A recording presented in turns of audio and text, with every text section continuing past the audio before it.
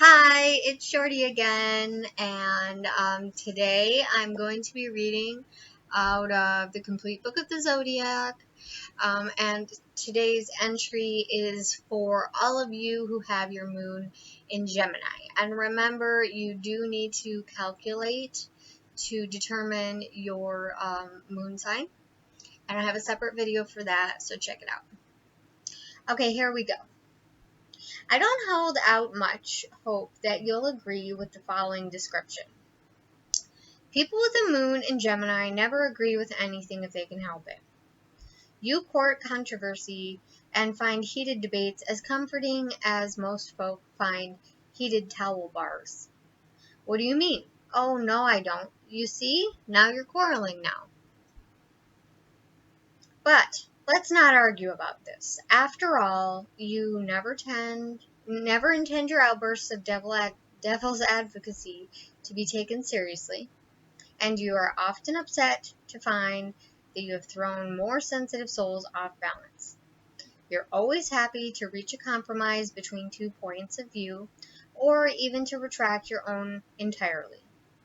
It's the scent of an argument that excites you, never the taste of victory. Some people, noticing this, call you inconsistent. What can they mean? Your habit of changing your mind more often than your socks is as reliable and as the rising sun. Or, because we're considering lunar influences here, perhaps we should say moon. And of course, the moon is not so constant. It has its moods and phases, and so do you. One moment you're as confident as a cuckoo, and the next as restless as a robin. Similarly, you can change from being mischievous magpie to vulnerable partridge. I make these ornithological resources intentionally, for in many respects you are like a bird. You were born to fly free from life's petty restrictions and to see the world from a high perspective, and more than anything else, you hate to feel caged. Having the moon in Gemini makes you witty, bright, lively, and good-humored, but prone to occasional dark moods. These, oddly enough, are usually triggered by trivia. Life's bigger challenges you can easily cope with.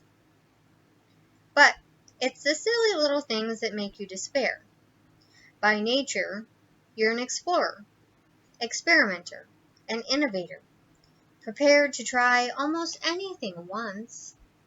Your partner needs to be similarly open-minded if the relationship is to provide the challenge and constant stimulation you seem to require. Your family doesn't, however, have to try so hard to hold your interest. If there's no excitement or drama on the home front, you'll simply create it for everyone.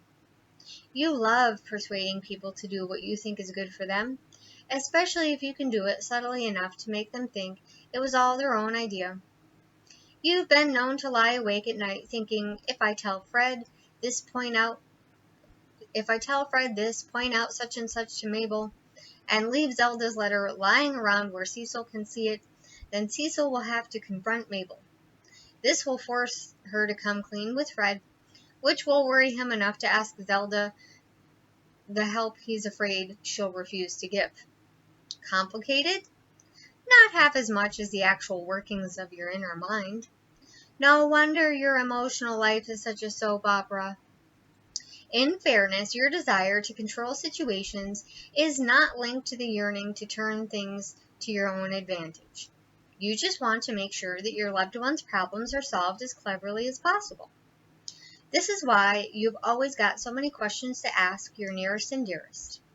If you don't know all the facts about everyone and everything, how can you possibly apply your brain to sorting things out for them? Some astrologers might argue that for greater happiness and love, you need to be less calculating and more relaxed. There is, however, another way to look at this. Maybe you ought to spend more time with people smart enough to appreciate how smart you are.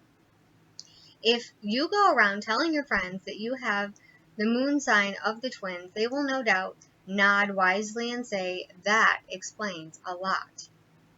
Indeed, it does. Solar Geminis are just a little prone to be different people in different days, but lunar Geminis are veritable Jekyll and Hydes. Well, almost. It's not from nice to nasty that you switch, but from tame to wild. Nor do you alter suddenly and dramatically. Nonetheless, if we rewind the video of your life and then run it fast forward on play, we can clearly see that trait. Your inner twins may take turns dominating on a weekly, monthly, or even yearly rotation. But it's hard to see how your history can be the handiwork of just one entity. This in itself is not always the problem. The different aspects of your character are not so much at loggerheads in the cahoots, for they are, after all, twins, mutually supportive in their agreement to differ.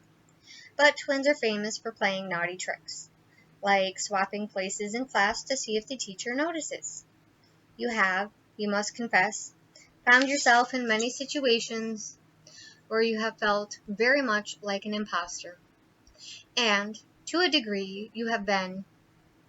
It's no use asking the real you to please stand up. You are both the willful, wacky, and outrageous one, and the goody two-shoes. But you need to admit this rather than denying that your other half exists.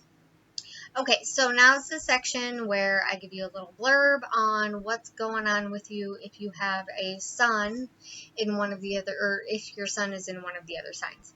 So, still moon in Gemini, sun in Aries. You're a bright spark, but you change your mind more often than your socks and fail to see why others can't keep up. Taurus. You've got good financial acumen and a way of appearing reasonable and fair, even when you're determinedly getting your own way. Gemini, you ought to work in the city. You're a great wheeler and dealer, even if you do sometimes tie yourself up in intellectual knots. Cancer, you're much tougher cookie than you pretend to be, and you're exceedingly good at convincing friends and loved ones of your viewpoint. Leo, you've got a natural ability to see things from others' point of view as you gradually and cleverly talk them into your own. Virgo, your trouble is that you think that you've got all the answers. In fact, what you're really good at is making others ask all the questions.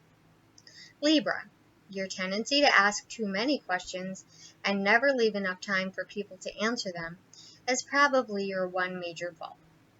Scorpio, you're fascinated by social taboos. Things that polite people never discuss in public excite your desire to get the truth. Sagittarius, you want a long and stable relationship. You're not always sure with whom, so you're often tempted to find out by trial and error. Capricorn, you think harder about ways to help others help themselves. You're giving and considerate, if rather too clever for your own good at sometimes. Aquarius, life may not be one long round of joyous celebration, but it often seems that way when you're around to share a little sunshine. Pisces, where you really feel at home and inspired is in a place full of bright, friendly people making interesting, intelligent conversation. Okay, so that's all I've got for you. Thank you so much for tuning in. I hope you have a wonderful day. I love you.